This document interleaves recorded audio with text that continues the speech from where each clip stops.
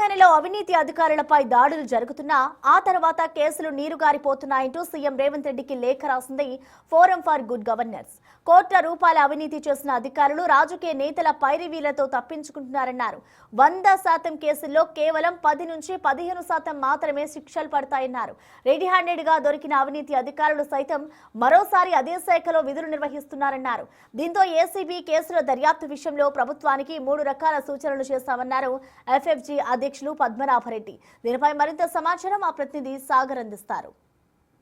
తెలంగాణ రాష్ట్ర వ్యాప్తంగా రోజు ఎక్కడో ఒక దగ్గర ఏసీబీ ట్రాప్ జరుగుతుంది. ఎంతోమంది అవినీతి అధికారులపైన దాడులు జరుగుతున్నాయి. కానీ ఇందులో 75% కేసులు నీరుగారిపోతున్నట్లు కూడా తెలుస్తుంది. తాజాగా సీఎం రేవంత్ రెడ్డికి ఫోరం ఫర్ గుడ్ గవర్నెన్స్ రాసిన లేఖలో కొన్ని కీలక అంశాలు వెల్లడించారు. అసలు ఎందుకు శిక్షలు పడడం లేదు, అందులో ఉన్నటువంటి తాత్సారం ఎక్కడ జరుగుతుందన్న అంశాలు మనం తెలుసుకునే ప్రయత్నం చేద్దాం. ప్రస్తుతం మనతో పాటు ఫోరం ఫర్ గుడ్ గవర్నెన్స్ అధ్యక్షులు పద్మనాభరెడ్డి ఉన్నారు. ఒకసారి వారితో మాట్లాడించే ప్రయత్నం చేద్దాం. సార్ చెప్పండి, మీరు రాసిన లేఖలో కొన్ని కీలక అంశాలు వెల్లడించారు. చాలా కేసులు నీరుగారిపోతున్నట్లు కూడా తెలుస్తుంది. మీరు ఏం చెప్తారు? అంటే ఏసీబీ వ్యవస్థ అన్నది పాలనలో అవినీతిని నిర్మించడానికి ఏర్పడ్డ వ్యవస్థ. దాని హెడ్ ఎవరైతున్నారో డైరెక్టర్ జనరల్ ర్యాంకులో అధికారి ఉంటాడు. వీరు 3 రకాలైన కేసులు బుక్ చేస్తారు. ఒకటి ఏంటంటే ట్రాప్, డైరెక్ట్గా డబ్బు తీసుకున్నప్పుడు పట్టుకోవడం. రెండవది ఏంటంటే ఆదాయానికి మించిన ఆస్తులు, డిస్ప్రపోర్షనేట్ అసెట్స్ అంటే. అలా కాకుండా వీళ్ళు నెలల కొద్దీ, కొన్ని సందర్భాల్లో సంవత్సరాల కొద్దీ దాన్ని పెండింగ్లో పెడుతున్నారు ఏసీబీ పంపిన రిపోర్ట్ను. ఈ విధంగా చేయడం వలన అది దాని యొక్క ఇంటెన్సిటీ, దాని యొక్క ఇంపార్టెన్స్ తగ్గిపోతుంది. 12 కేసులు శిక్ష పడ్డది, ఒక 10 కేసులు అక్విటల్. ఈ మాదిరిగా చూస్తే ఏసీబీ వాళ్ళు కోర్టులో ఫైల్ చేసిన కేసులు 50% వీగిపోతున్నాయి.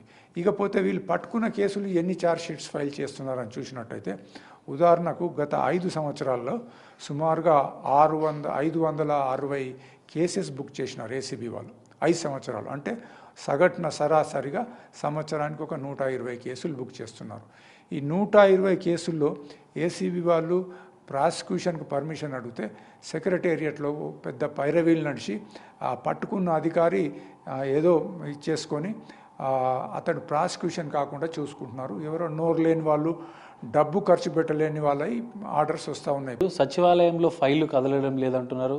సచివాలయంలో ఫైళ్లకు పైరవీలు చేసుకుంటారు. ఉన్నతాధికారులతో పైరవీలు కావచ్చు, రాజకీయ నేతల అండదండలతో కూడా పెద్ద ఎత్తున అవినీతి అధికారులు ఈ దాడుల అనంతరం కూడా తప్పించుకుంటున్న పరిస్థితి. దీనికి ఏం చెప్తారు? అంటే అక్కడ సచివాలయంలో పద్ధతి మారాల.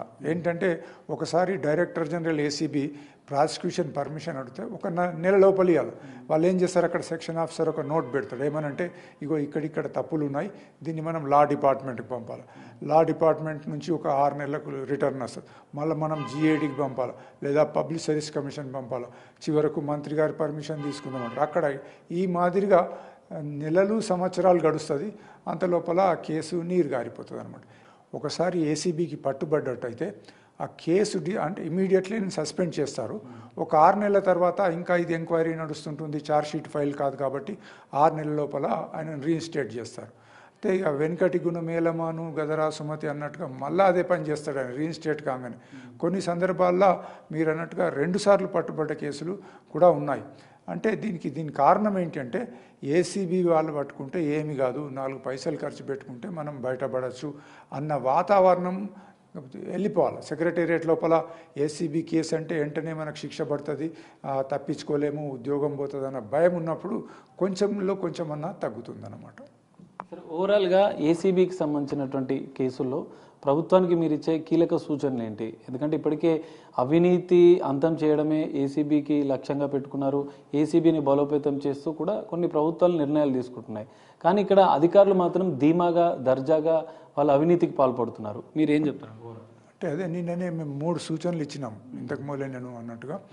ఒకటి ఏంటంటే ఏసీబీ కేసులు ఒక నెల లోపల ఛార్జ్ షీట్ ఫైల్ కావాలి. రెండోది ఏంటంటే ఒకసారి పట్టుబడ్డ అధికారికి మళ్ళా కేసు డిస్పోజ్ అయ్యే వరకు ఎటువంటి పోస్టింగ్ ఇవ్వద్దు.